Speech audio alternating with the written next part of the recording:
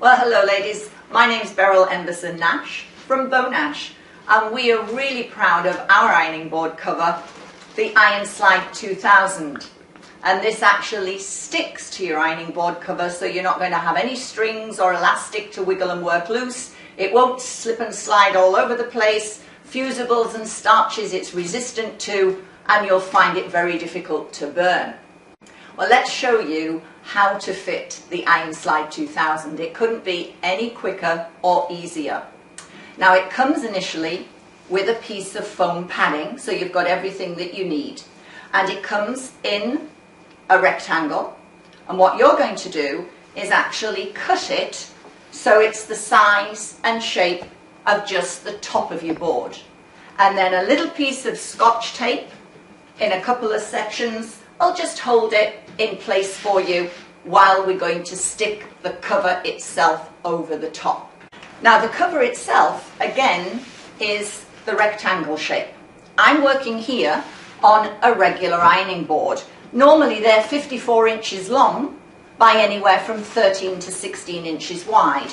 So this is the size that will actually fit those. We also have a larger size though, so any of you that have the big boards, the extra wide European type, we do have a size that is 29 inches wide by 65 inches long that will fit any board you care to mention. But let me show you with the regular size how it works.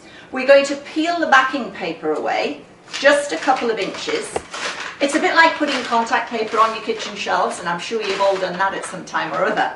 Now we're going to start at the square end, and we just leave enough to kind of tuck underneath, and then we're going to peel the backing paper away all the way down to the other end.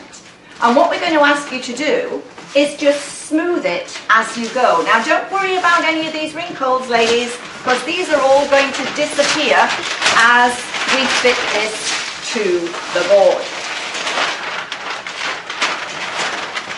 Before we start tucking it underneath, I'm going to give you a little tip.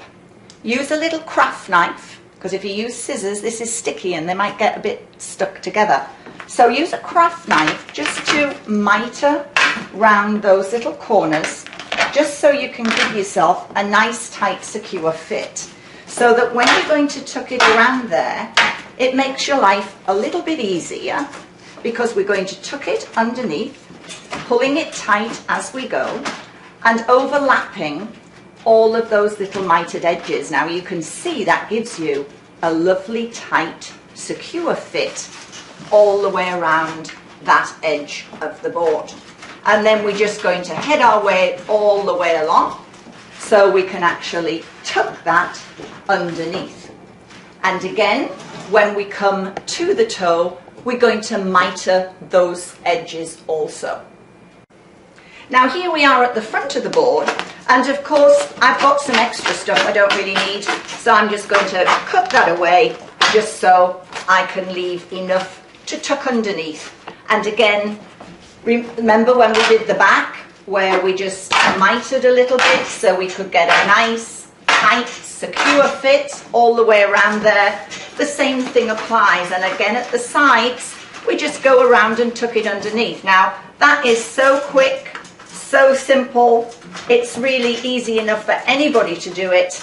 And now you're going to have a perfect ironing surface that will never ever slip or slide or move. It just gives you an absolutely fabulous fit. Remember I told you not to worry about any wrinkles that might be left behind.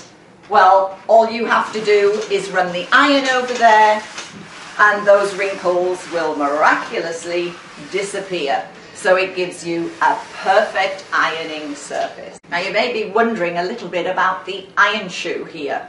Well, that's made of fiberglass impregnated with Teflon, and I can tell you a little bit about that later, but I just want to finish telling you about the benefits of the ironing board cover. The ironing board cover is made of Luminex, and Luminex is resistant to things sticking to it. Now, if you were working with your fusibles, starches, interfacings, all those things that leave a sticky residue, watch this. This is actually a plastic bag, and you know what mess you can make by trying to melt that to your cover at home. Not only have you ruined your cover, you would have ruined the sole plate of the iron also. But because I'm wearing the iron shoe on my iron, I know that nothing is going to stick to the iron itself. And where we've actually melted, it'll just simply peel away. And where it's melted to the surface of my board, I'm actually going to be able to pick that off there. So the cover will last you so much longer. Now you saw how easy it was to put on the board. You saw how effective it was. It comes with full instructions and full guarantee. And the good news is you can buy them in lots of your specialised sewing and quilting stores. Just look for the Bonash logo.